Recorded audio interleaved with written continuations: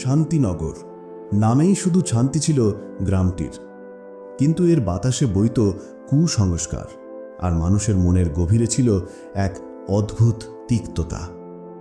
এই গ্রামেই বাস করত সুমিত্রা, এক দুর্ভাগা বিধবা। 3 বছর আগে তার স্বামী হরিপ্রসাদ যখন এক কঠিন রোগে পৃথিবী ছেড়ে চলে যায়, তখন থেকেই সুমিত্রার জীবনটাও যেন রং হারিয়ে ফেলেছিল। তার পৃথিবীটা হয়ে গিয়েছিল একাকিত্ব আর নীরব কান্নায় ভরা এক ছোট কুঁড়ে ঘর। গ্রামের মানুষ তাকে দেখত এক অশুভ প্রতীক হিসেবে। পথে বেরোলে নারীরা মুখ ফিরিয়ে নিত, পুরুষদের চোখে থাকত তাচ্ছিল্যের দৃষ্টি, আর মায়েরা তাদের সন্তানদের বলতো, ওই বাড়ির দিকে যাস না, অমঙ্গল হবে।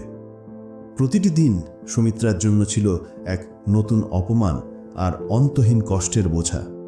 তার একমাত্র সঙ্গী ছিল স্বামীর পুরনো একটি ছবি, যা আঁকড়ে ধরেই সে তার পুরনো সুখের দিনগুলোর কথা ভাবত আর নীরবে চোখের জল ফেলত।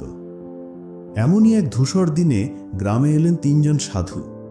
তাদের পরনে গেরুয়া বসন, মুখে যেন দাড়ি, আর চোখে যেন 1000 বছরের জ্ঞান ও প্রশান্তি।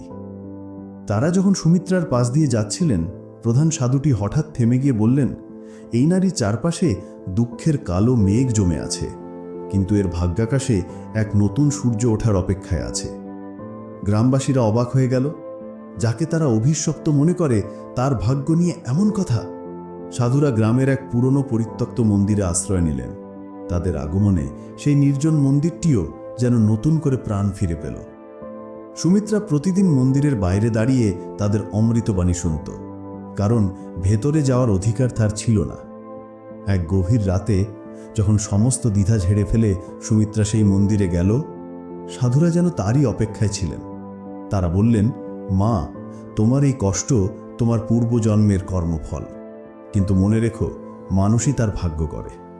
তুমি যদি নিজের ভাগ্য বদলাতে চাও, তবে তোমাকে কঠিন পরীক্ষার মধ্যে দিয়ে যেতে হবে। সুমিত্রার চোখে জল চলে এলো, কিন্তু সেই জলেও ছিল এক নতুন আশার আলো। সে বলল, আমি প্রস্তুত প্রভু। প্রথম পরীক্ষা, ভয়ের ঊর্ধ্বে জয়। সাধুরা তাকে বললেন, কাল সূর্য ওঠার আগে জঙ্গলের ধারে সেই প্রাচীন বটগাছের নিচে তোমাকে যেতে হবে এবং পুরো রাতটা একাই কাটাতে হবে। সেই জঙ্গলের কথা ভাবলেই গ্রামের মানুষের গা ছমছম করত। বন্যজন্তু আর অশরীরী শক্তির নানা গল্প ছড়িয়েছিল।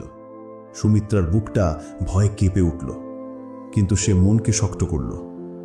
গভীর রাতে যখন চাঁদের আলো গাছের পাতার ফাঁক দিয়ে মাটিতে নামতে ভয় পাচ্ছিল, সুমিত্রা একা সেই জঙ্গলে প্রবেশ করল। প্রতিটা শুকনো পাতার মর্মর শব্দে তার মনে হচ্ছিল যেন কোনো বিপদ এগিয়ে আসছে। শেয়ালের ডাক আর ঝিঝি পোকার শব্দ মিলেমিশে এক ভয়ঙ্কর সুর তৈরি করছিল। একবার তার মনে হলো ছুটে পালিয়ে যাই, কিন্তু তখনই সাধুদের মুখটা তার মনে ভেসে উঠল। সে চোখ বন্ধ করে গভীর শ্বাস নিল আর ঈশ্বরের নাম জপতে শুরু করল। ধীরে ধীরে তার ভয়টা কেটে যেতে লাগল। সে অনুভব করল ভয়টা বাইরে নয়, তার মনের ভেতরেই ছিল। যখন ভোরের প্রথম আলো এসে তার মুখে পড়ল, তখন তার মনে আর কোনো ভয় ছিল না, ছিল শুধু এক গভীর প্রশান্তি। সে তার প্রথম পরীক্ষায় উত্তীর্ণ হয়েছিল। দ্বিতীয় পরীক্ষা, অতীতের মায়া ত্যাগ। সাধুরা এবার তাকে নিয়ে গেলেন এক পাহাড়ের চূড়ায় থাকা একটি প্রাচীন মন্দিরে। সেখানে গিয়ে তারা তাদের আসল পরিচয় দিলেন। তারা সাধারণ সাধু নন, তারা হলেন ব্রহ্মা, বিষ্ণু এবং মহেশ্বরের দূত, যারা পৃথিবীতে এসেছেন এমন কাউকে খুঁজে বের করতে যে নিজের ভাগ্য পরিবর্তনের জন্য সবকিছু ত্যাগ করতে পারে। তারা বললেন, সুমিত্রা, তোমার দ্বিতীয় পরীক্ষা হলো ত্যাগের পরীক্ষা। তোমার সবচেয়ে প্রিয় জিনিসটা তোমাকে বিসর্জন দিতে হবে।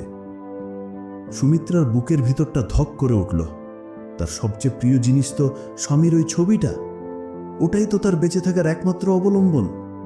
তার হাত কাঁপছিল, চোখ দিয়ে জল গড়িয়ে পড়ছিল। সে কি পারবে এটা করতে? কিন্তু তার মন বলছিল, অতীতকে আঁকড়ে ধরে থাকলে নতুন ভবিষ্যৎ গড়া যায় না। সে গ্রামে ফিরে এলো। গ্রামের সবাই অবাক হয়ে দেখল সুমিত্রা তার স্বামীর ছবিটা হাতে নিয়ে পুকুরের দিকে এগিয়ে যাচ্ছে। পুকুরের শান্ত জলে সে আলতো করে ছবিটা ভাসিয়ে দিল। ছবিটা যখন ধীরে ধীরে জলের তলায় হারিয়ে গেল, সুমিত্রা অনুভব করল যেন তার বুকের উপর থেকে বিশাল এক পাথরের বোঝা নেমে গেল। সে অতীতকে বিদায় জানিয়ে বর্তমানকে গ্রহণ করতে শিখেছিল। তৃতীয় পরীক্ষা, নিঃস্বার্থতার চূড়ান্ত পর্যায়ে। সাধুরা এইবার বললেন, এবার তোমার আত্মার পরীক্ষা। তোমাকে প্রমাণ করতে হবে যে তুমি শুধু নিজের জন্য বাঁচো না।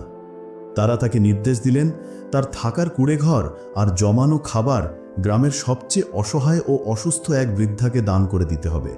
তারপর 7 দিন 7 রাত কিছু না খেয়ে, জল পান না করে জঙ্গলের গভীরে ধ্যান করতে হবে। এই কথা শুনে সুমিত্রা এক মুহূর্তের জন্য স্তব্ধ হয়ে গেল, কিন্তু পরক্ষণেই তার মন স্থির হয়ে গেল। সে তার সবকিছু সেই বৃদ্ধার হাতে তুলে দিয়ে বলল, আজ থেকে এটা তোমার ঘর মা। গ্রামবাসীরা তাকে পাগল ভাবতে লাগল। সুমিত্রা গভীর জঙ্গলে গিয়ে একটি গাছের নিচে ধ্যানে বসল।